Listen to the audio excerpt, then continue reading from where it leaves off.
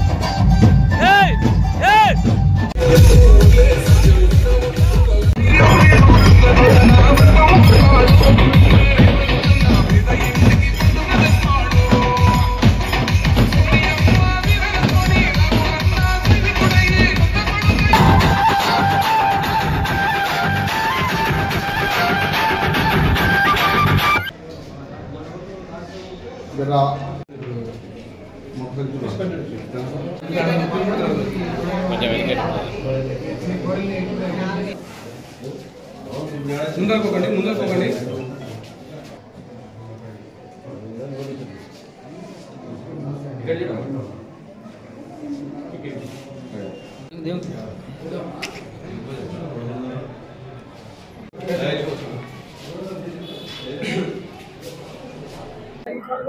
నా పేరు నిఖిత అండి. నేను చాగపూర్ సర్పంచ్ క్యాండిడేట్ గా నేను పోటీ చేస్తున్నాను.